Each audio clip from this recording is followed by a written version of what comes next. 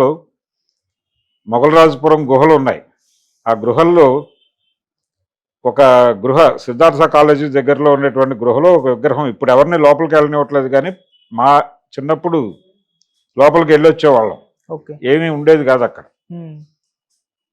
లోపల కొన్ని విగ్రహాలు ఉండేవి. అందులో ఒక మహిళ అటు తిరిగి కూర్చున్నటువంటి విగ్రహం ఒకటి ఉంటుంది. ఆవిడ కనకదుర్గ అని చెప్పి ఒక అభిప్రాయ ప్రకటన జరిగేది.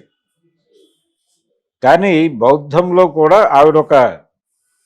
ఆవిడని ఒక ప్రామినెంట్గా, అంటే ఒక బౌద్ధ దీనిలో భిక్షువులు ఉంటారు అనేది చాలామందికి తెలుసు, కానీ మహిళలు కూడా ఉంటారు దానిలో.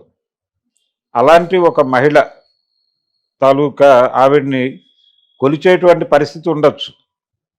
అందుకని ఆవిడ విగ్రహం అక్కడ ఉండవచ్చు అనేది ఒక అభిప్రాయం. ఆ వెనక్కి తిరిగి ఉండేటువంటి విగ్రహం ఉంది. ఎప్పుడైనా ఎవరైనా పర్మిషన్ తీసుకుని లోపలికి వెళ్ళి చూడొచ్చు అది. ఓకే.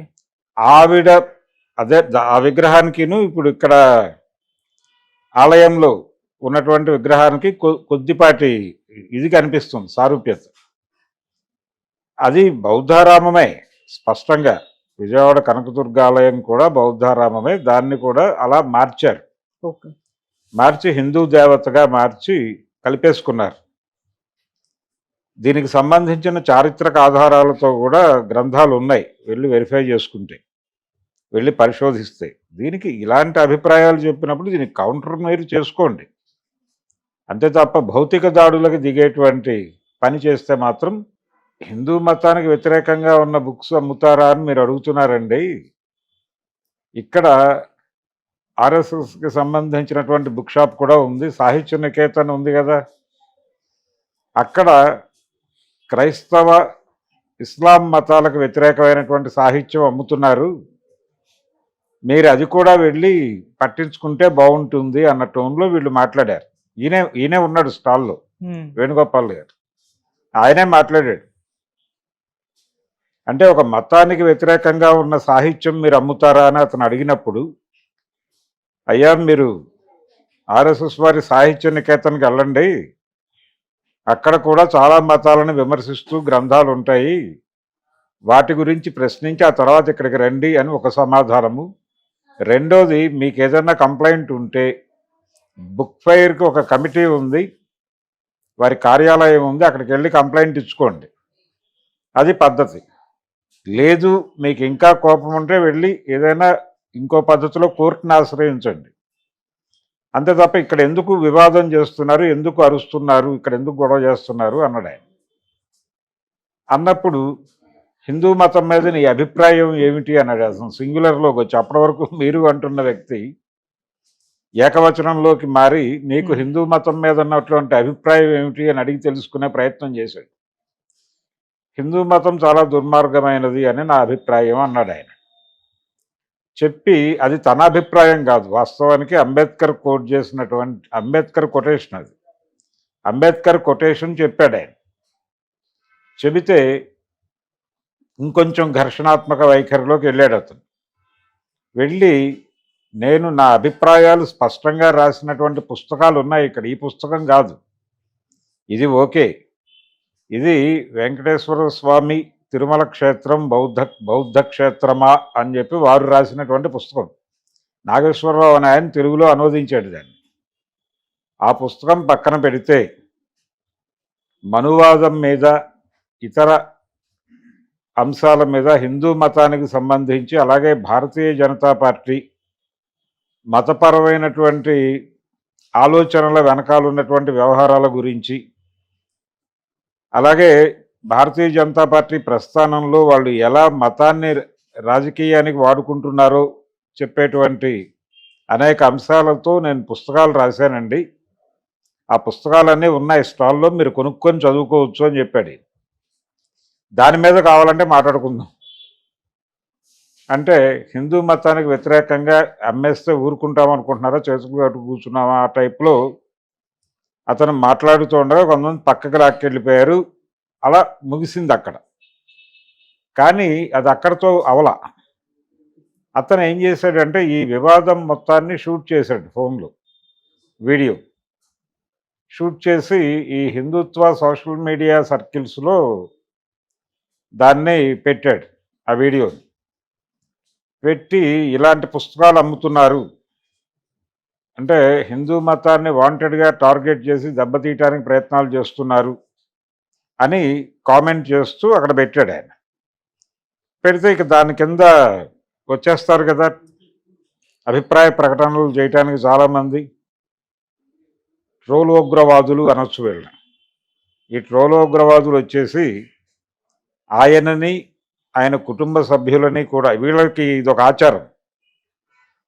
వీళ్ళు ఎవరి గురించి అయినా సరే, గతంలో ఒకసారి నేను ఏదో రామాయణానికి సంబంధించి సీత క్యారెక్టర్ సంబంధించి ఒక పోస్టు, తర్వాత చలంగారి సావిత్రికి పింగళ నాగేంద్రరావు గారు రాసినటువంటి ముందు మాట గురించి ఫేస్బుక్లో రాసినటువంటి ఒక వ్యాసం ఆధారంగా నన్ను కూడా ఇదే పద్ధతిలో వాళ్ళు ట్రాల్ చేస్తూ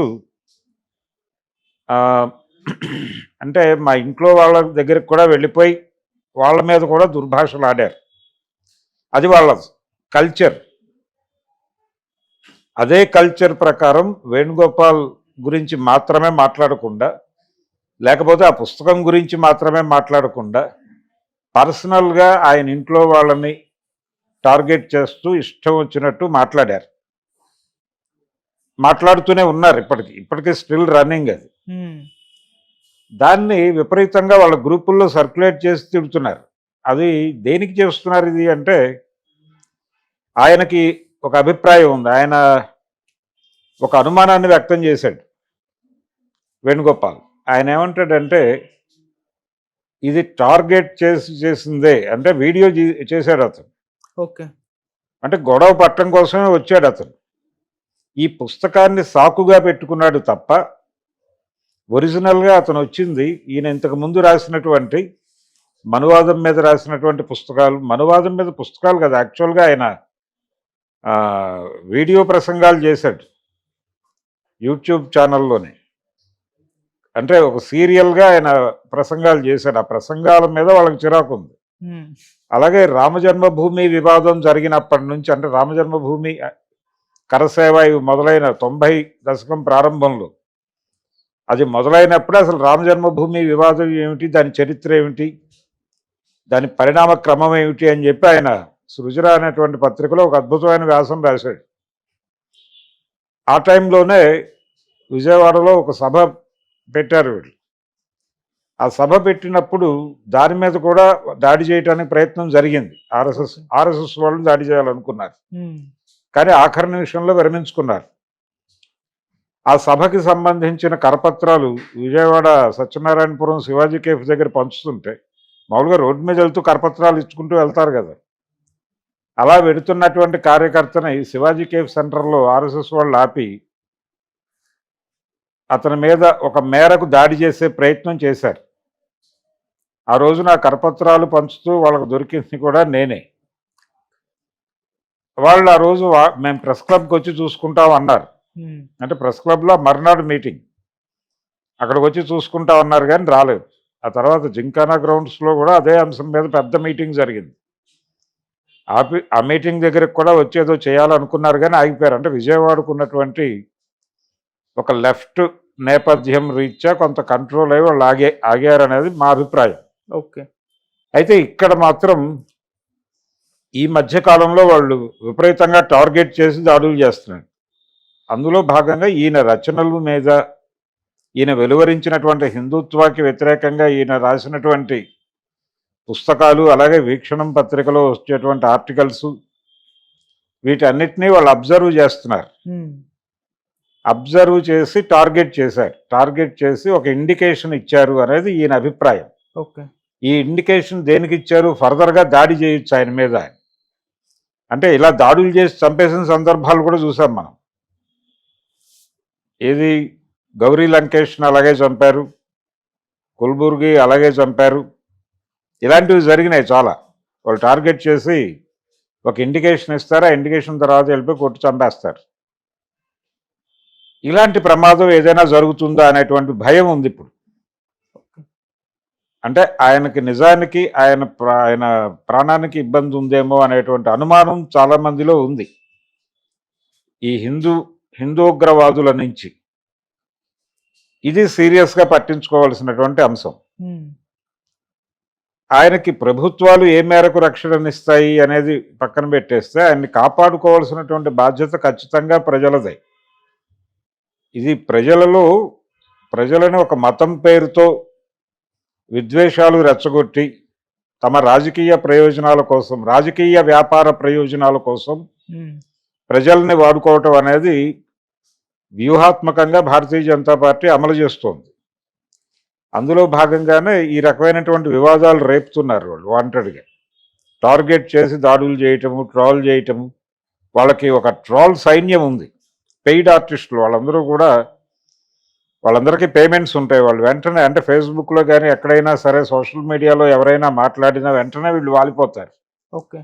వాలిపోయి విపరీతంగా దాడులు చేస్తారు. అలాగే దీన్ని రకరకాల చోట్ల పో పేస్ట్ చేసి ఇక పర్సనల్ అటాక్స్ చేసేస్తారు. హ్మ్.